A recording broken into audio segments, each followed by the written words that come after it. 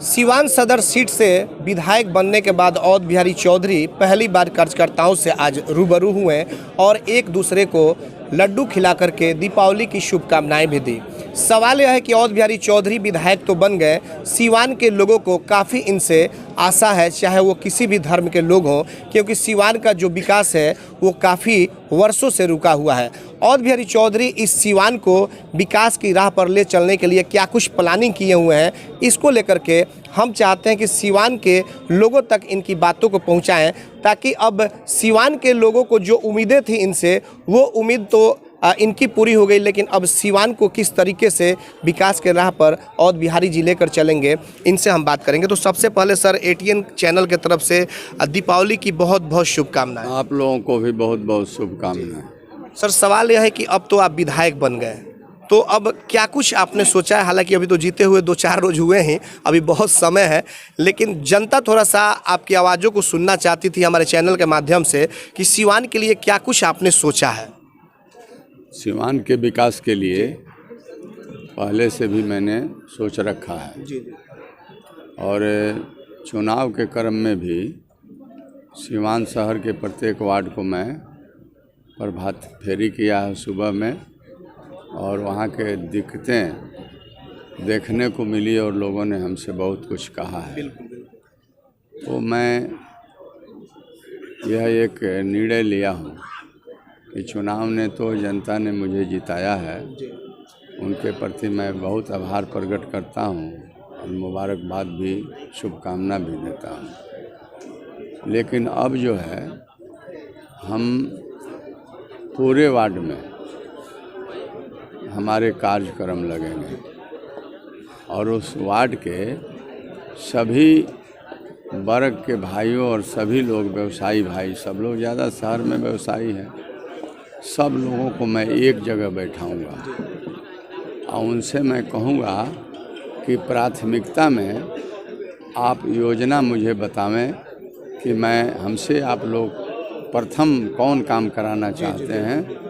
जो हमको लोग राय देंगे उस काम को करने के लिए हम तैयार होंगे और हम उनके समस्या के निदान के लिए निश्चित हम काम करने का मन में ठान लिया है। समस्याएं तो सर बहुत सारी हैं, लेकिन कुछ सर ऐसी समस्याएं हैं जो खेल प्रेमियों के लिए, जैसे आपका एकता इंडोर स्टेडियम मोहम्मद शहाबुद्दीन साहब आप लोगों ने मिल करके उस समय बनवाया था। राजेंद्र स्टेडियम के भी हालात ठीक ठाक नहीं हैं, और आप लोगों की जब सरकार थी या आप लोग जब सत्ता में थे तो उस समय लगातार बड़े बड़े महानगरों से बड़े बड़े जो प्लेयर्स थे, खिलाड़ी थे, वो भी यहाँ पे आते थे। तो अब क्या इसके लिए भी कुछ आप लोगों ने सोच रखा है? प्रशासन के साथ मैं बात करूंगा।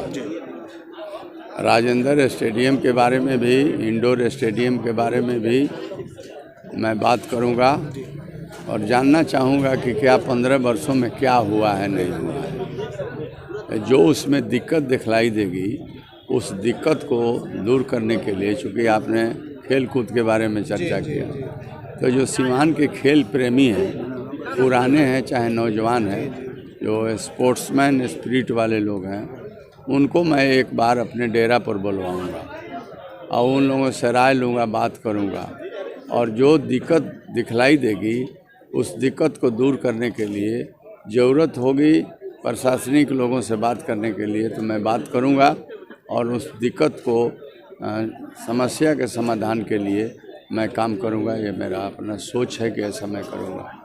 सिवान का जो सदर अस्पताल जो है, आप ही के ज़िले के स्वास्थ्य मंत्री भी हुआ करते थे मंगल पांडे जी, लेकिन जो हालत थी वो खस्ता हाल थी।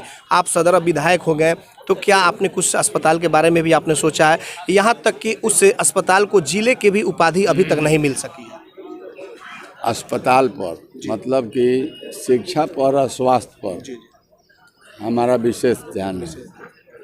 अस्पताल में जो दिक्कत है, उस दिक्कत के संबंध में वहाँ के डिप्टी सुपरिटेंडेंट और वहाँ के सिविल सर्जन दोनों से मैं बात करूँगा और उसके जो भी मतलब स्वास्थ्य से संबंधित व्यवस्था की आवश्यकता होगी, मैं जो शासन होंगे उनके सामने भी बात को रखूँगा।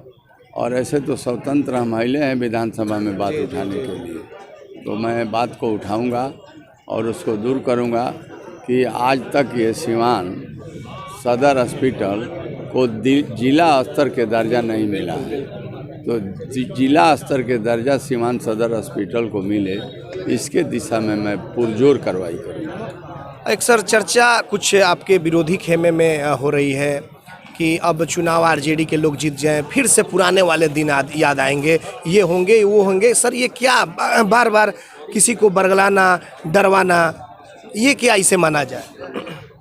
अब तो जिस काम के लिए वो लोग ये बात बोलते थे कि फिर वही ज़माना आ जाएगा, तो कौन ज़माना आ जाएगा इसके चर्चा लोग नहीं करती है। लेकिन मैं आपसे कहना चाहता हूँ कि उन लोगों के जो भ्रामक बात होते थे, उस भ्रामक बात में जनता नहीं आ रही है, क्योंकि वो लोग बराबर बहुत पहले से एक ही गीत गाते रहे हैं और भ्रम में डाल करके वोट लेकर लोग जीत कर जाते रहे हैं। लेकिन उन लोगों को जनता पहचान गई है कि जीतने के बाद उन लोगों ने ना लोगों के बीच आया, ना कोई विकास का काम किया। इसलिए हम अपने स्तर से, सरकार के एजेंडा भी है कि शांति, सद्भावना, भाईचारा और प्रशासनिक व्यवस्था को दुरुस्त करना, इस दिशा में हम अपने स्तर से प्रयास करेंगे। और पूरे सिवान के शहर के सभी भाइयों से मैं कहना चाहता हूं कि आप बिल्कुल निसंकोच आप अपना व्यवसाय करें, और जो भी कहीं दिक्कत आवेगी, हम आपके दिक्कत दूर करने के लिए हम आगे आएंगे और आप लोगों को हर तरह के सुरक्षा प्रदान करने का हम काम करेंगे। इसलिए भ्रामक प्रचार में लोग नहीं पड़ें। विकास लोग की यह होनी चाहिए कि विकास हमारा हो, विकास पर बात करें, हम विकास पर बात करने के लिए तैयार। क्या लग रहा है सर, सरकार बनाने को लेकर के जिस तरीके से उथल पुथल मची हुई है, क्या लग रहा है सरकार नीतीश कुमार की बनेगी या फिर बनाने में कई तरह की अड़चन है? देखिए, बहुत तरह के तिगड़म लोग खेल रहे हैं, इसलिए कि राष्ट्रीय जनता दल महागठबंधन को बिहार के मतदाताओं ने, जनता ने मैंडेट दिया, और उस मैंडेट की चोरी शासन और प्रशासन के मिली भगत से की गई है। राष्ट्रीय जनता दल के जीतते हुए 20 से 22 जो हमारे मैंने प्रत्याशी थे, उनको बहुत कम वोट से हराने का काम किया है।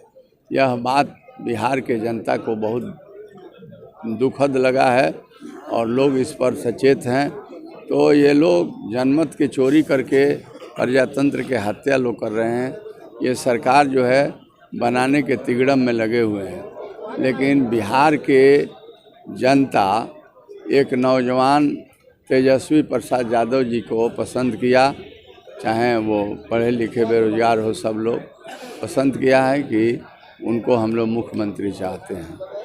आज न कल तेजस्वी प्रसाद यादव बिहार के मुख्यमंत्री बनेंगे और राष्ट्रीय जनता दल महागठबंधन की सरकार भी बनेगी।